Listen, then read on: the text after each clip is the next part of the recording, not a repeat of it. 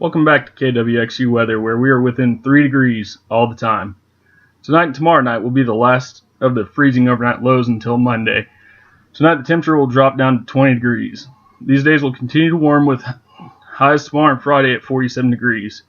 Tomorrow night we will have a 10% chance of precipitation, so there is some possibility for the morning drive to be another slick one. On Friday, the sunshine we have seen so far this week will be replaced with clouds along with a 25% rain chance. The good news is that overnight low will only dip to 36 degrees. Saturday we'll see a 65% chance of scattered showers and an overnight low of 41.